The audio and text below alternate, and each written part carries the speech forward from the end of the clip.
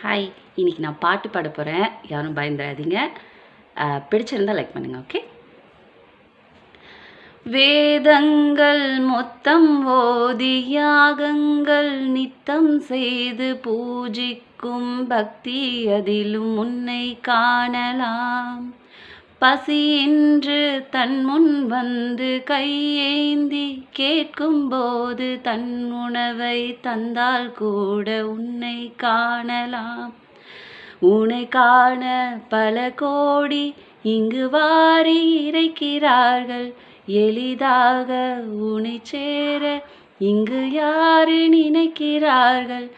அலங்காரம் அதில் நீ இல்லை, அகங்காரம் மனதில் இல்லை. ஒரு கள்ளம் கபடம் கலந்திடாத அன்பில் இருக்கிறாய். உணர்ந்தேன் உனையே உனை